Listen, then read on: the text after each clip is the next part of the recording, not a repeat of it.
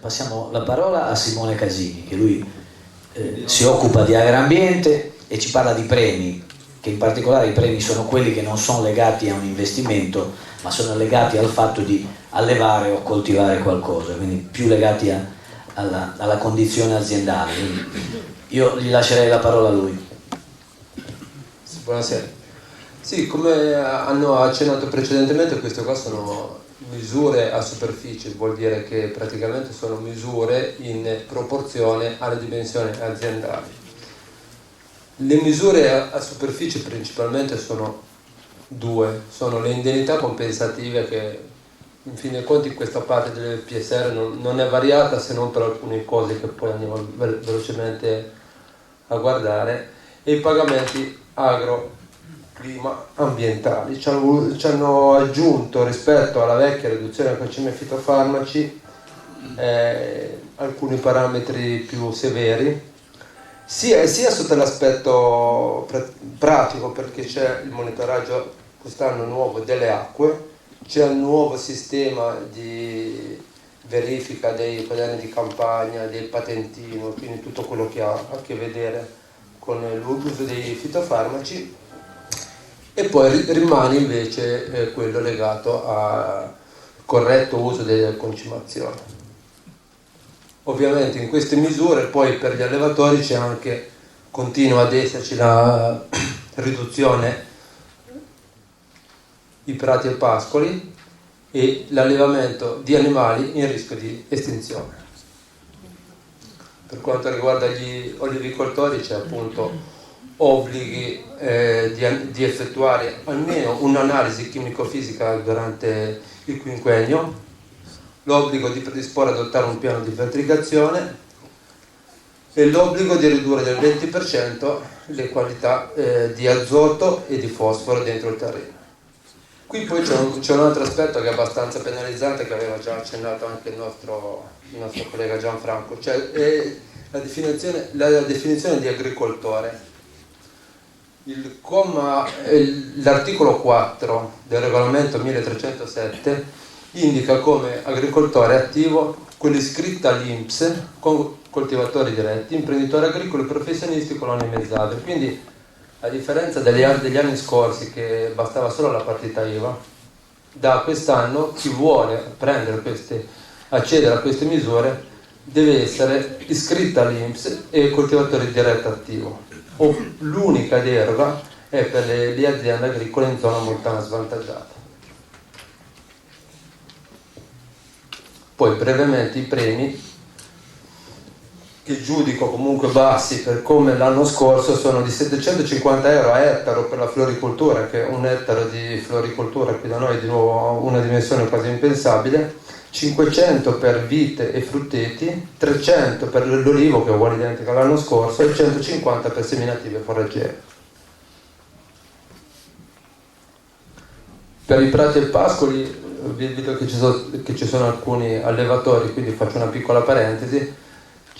Stiamo interrogando la Regione Liguria perché sta parlando di obbligo di turnazione, che non è una turnazione come si pensa normalmente con un recinto o quant'altro, perché a un certo punto dice che può essere interpretata turnazione la diversa altitudine, quindi in diversi periodi tenere il bestiame a diversi fasce altimetriche, oppure una turnazione vera e propria con dei recinti. Però questa cosa qui appunto che è nuova, stiamo un attimino cercando di capire meglio.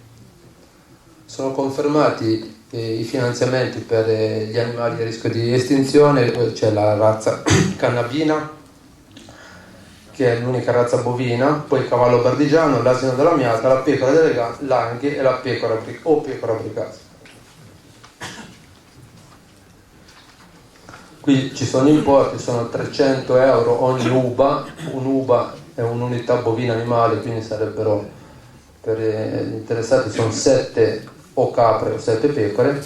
Invece un'uva è riferita a cavalli e bovini e asini, a un singolo individuo. C'è stato spazio appunto anche, come tutti gli altri anni, per l'agricoltura biologica, dove tutti gli anni, visto che è una misura a cui tengono molto per il rispetto dell'ambiente e tutte le nuove, come posso dire, normative europee, sono aumentati i premi che hanno portato a 600 euro per le ortive, 710 per l'olivicoltura, 850 per il frutteto e 250 per i prati stabili.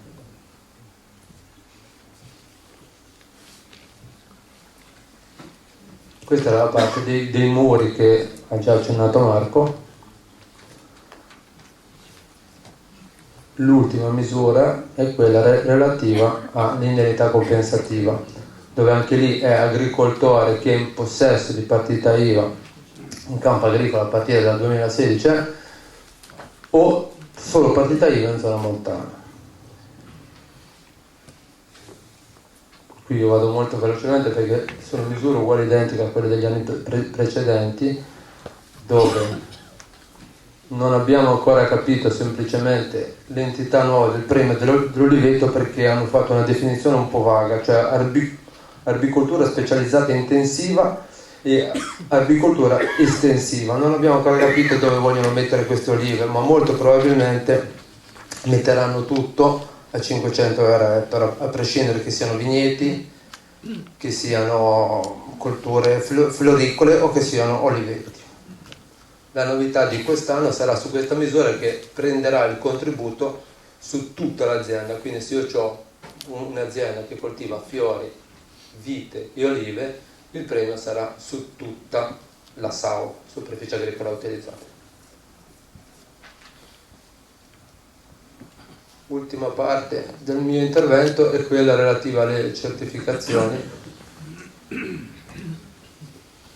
dove praticamente c'è un rimborso per tutte le nuove iscrizioni ai sistemi di qualità, cioè per le aziende olivicole, per le aziende vitivinicole, le nuove iscrizioni alla DOP oppure alla DOC porteranno a un rimborso totale per 5 anni per un massimo di 3.000 euro. Quindi se io mi devo iscrivere per la prima volta, ripeto, alla DOC oppure alla DOP delle olive, io ho un rimborso praticamente totale che è spalmato appunto in 3.000 euro in 5 anni.